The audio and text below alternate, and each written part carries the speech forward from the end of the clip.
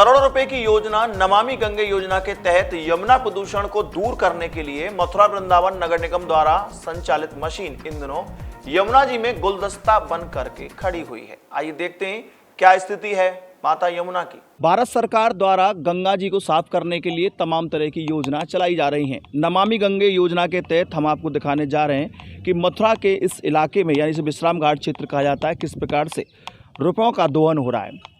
ये मशीनें नमामि गंगा योजना के अंतर्गत गंगा स्वच्छ बनाने के कदम उठाएं। लेकिन इससे पहले आपको दिखाते हैं एक दृश्य। आप जिस तरह देख रहे हैं कि यमुना जी में एक पशु, अब ये भैंस भी हो सकती है या अन्य कोई पशु, लेकिन भैंस प्रतीत होती है जो कि बह के जा रही है। आप साफ तौर पर देख सकते हैं किस तरह से यमुना प्रदूषण के जो नियम हैं माननीय उच्च न्यायालय द्वारा, उनका पालन किस प्रकार हो रहा है। पीछे जो आप मेरे देख रहे हैं एक भैंस बहती जा रही, मृत भैंस है।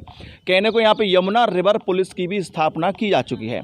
यमुना रिवर पुलिस के नाम पर एक सीओ की भी नियुक्ति है। इसके साथ साथ 4 कांस्टेबल की भी नियुक्ति है, जिनकी जिम्मेदारी होती है कि यमुना में किसी प्रकार की गंदगी या अन्य प्रकार का कोई अतिक्रमण है तो उसकी जानकारी जिला प्रशासन को दें। लेकिन इसके बावजूद भी किस तरह का हाल है आप मेरे पीछे देख सकते हैं। अब उसी बात पर पुनः आते हैं जिस सोलंकी से कहूँगा, ये जो दिखाएं मशीन को, इसका नाम है नमामि गंगे योजना के अंतर्गत गंगा स्वच्छ बनाने को कदम उठाएं, स्वच्छता ही सेवा बस ये प्रण निभाएं। नदी सतह सफाई योजना के तहत confident engineering India private limited द्वारा ये संचालित जो मशीन है, इस पर स्वच्छ भारत अभियान के नारे, स्वच्छ भारत, नमामि गंगे, न जाने कितने प्रकार के नारे इस पर लिखे हुए हैं। लाखों रुपए की लागत की ये मशीन यमुना जी में कभी कभी आपको और हमको सफाई करते हुए दिख जाती है। लेकिन स्थानीय लोग बताते हैं कि कई दिनों से ये मशीन इसी प्रकार खड़ी हुई है और इसका खर्चा यदि आप सुनेंगे तो चौंक जाएंगे।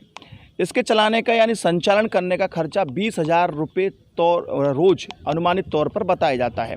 हो सकता है इससे ज़्यादा हो या कम हो, लेकिन अनुमानित यही है कि इस पर 4 कर्मचारी लगते हैं। यदि उनकी 10-10 हज़ार रुपये तनख्वाह हुई तो 40,000 रुपये हो गए। हम फिर भी कहते हैं कि यदि 15-15 हुई तो भी 30 हो गए, तो भी 90,000 रुपये बैठता है।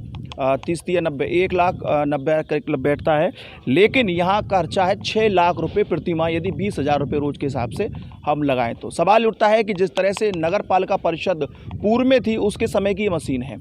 इसके बाद नगर निगम मथुरा वृंदावन बना। मथुरा वृंदावन नगर निगम बनने के बाद कई योजनाएं, करोड़ों रुपए की योजना सिर्फ यमुना जी को स्वच्छ करने के लिए इसलिए आई क्योंकि भारत में नमामि गंगे योजना चल रही थी।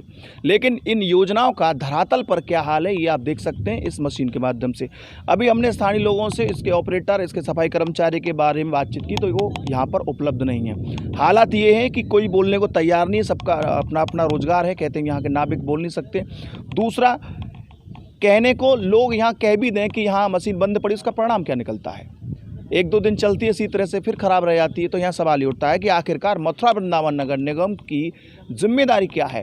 यमुना प्लान को लेकर के, यमुना एक्शन प्लान को लेकर के माननीय उच्च न्यायालय द्वारा जिस तरह से 1997 की जनहित याचिका में जो आदेश दिए गए उनकी किस प्रकार धज्जियाँ उड़ाई जाती हैं देख सकते हैं। इसे हाईकोर्ट की अवमानना का मामला कहा जा सकता है। तीसरा, रिवर पुलिस आखिरकार कहाँ है वो सीओ जिनकी नियुक्ति यमुना जी के लिए विशेष तौर पर की गई है।